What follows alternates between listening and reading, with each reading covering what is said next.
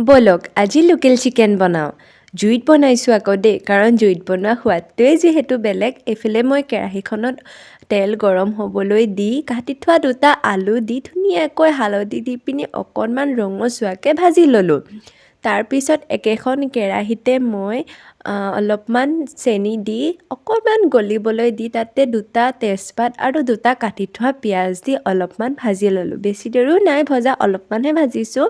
তাৰপিছতে এইফালে খুন্দি থোৱা আদা নহৰু পেষ্টটো দি দিছোঁ সেইখিনিও অকণমানহে ভাজিছোঁ অকণমান দেৰি ভাজা হোৱাৰ পিছতে এইফালে মেৰিনেট কৰি থোৱা চিকেনটো মই দি দিছোঁ লোকেল চিকেনটো সেইখিনি মই গৰম মছলা আৰু কাশ্মীৰী মিৰ্চি হালধি তেল দি পিনি ধুনীয়াকৈ মেৰিনেট কৰি থৈ দিছিলোঁ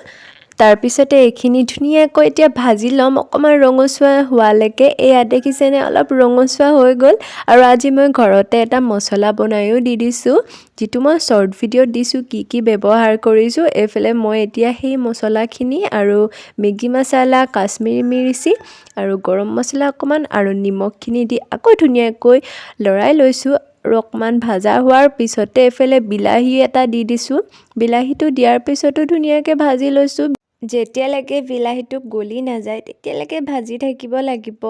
আৰু যেতিয়া বিলাহীটো গলি যাব তেতিয়া এইফালে এই ফ্ৰাই কৰি থোৱা আলুখিনি দি পিনি আকৌ অকণমান দেৰি ভাজি ল'ম যিহেতু আলুখিনি ফ্ৰাই হৈয়ে গৈছিলে সেইকাৰণে ইমান দেৰিও ভাজিব নালাগে আৰু এইফালে মই এতিয়া গৰম পানী ব্যৱহাৰ কৰিছোঁ ধুনীয়াকৈ পানীখিনি দি দিছোঁ অকণমান সৰহকৈ দিছোঁ কাৰণ সেইখিনি উতলো আহিব লাগিব আৰু মাংসখিনি অলপমান সিজিবও লাগিব সেইকাৰণে ধুনীয়াকৈ পানীখিনি দিছোঁ যিহেতু এইটো লোকেল মুৰ্গী হয় লোকেল মুৰ্গীটো অকণমান সিজিতে টাইম লাগে ন